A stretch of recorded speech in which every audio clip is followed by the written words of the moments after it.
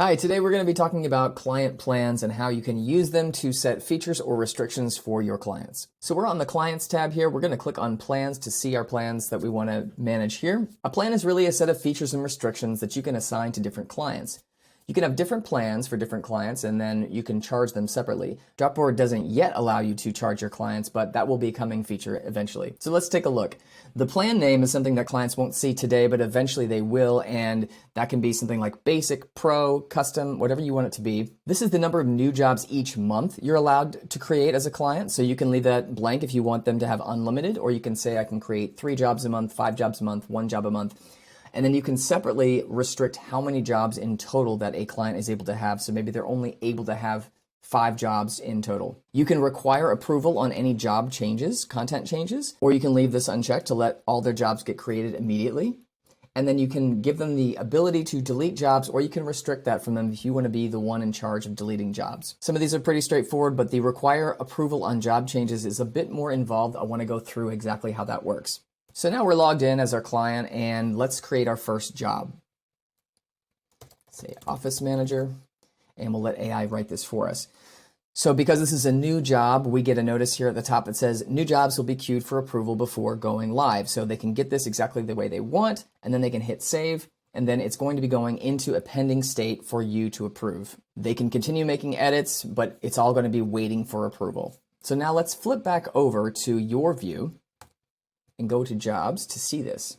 Now we have one pending job from one of our clients. We click this to check out exactly what they've entered. We can make any edits that we want to make, and then we can approve the job, and then it goes live. Now if we flip back to our client here and we refresh this, say they want to make some edits to this, and they say regional sales, and then they save those changes. Those content changes are now queued up, so we're going to flip back to your view, and we're back in that pending state.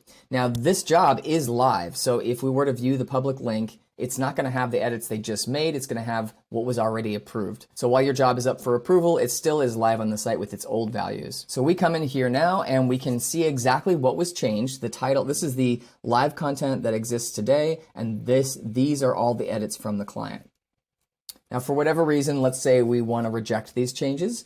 We can hit reject here, and then we're taken to a screen to finish the job. Now we have a couple choices. We can leave the draft so that they can keep working on it. This is usually what you want to do because you may have just some feedback for your client.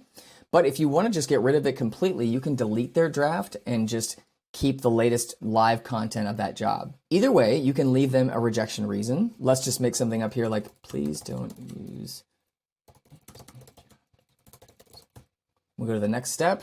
And now you have an opportunity to send an email to the draft owner to let them know that you've rejected it so that they know how to fix their job posting.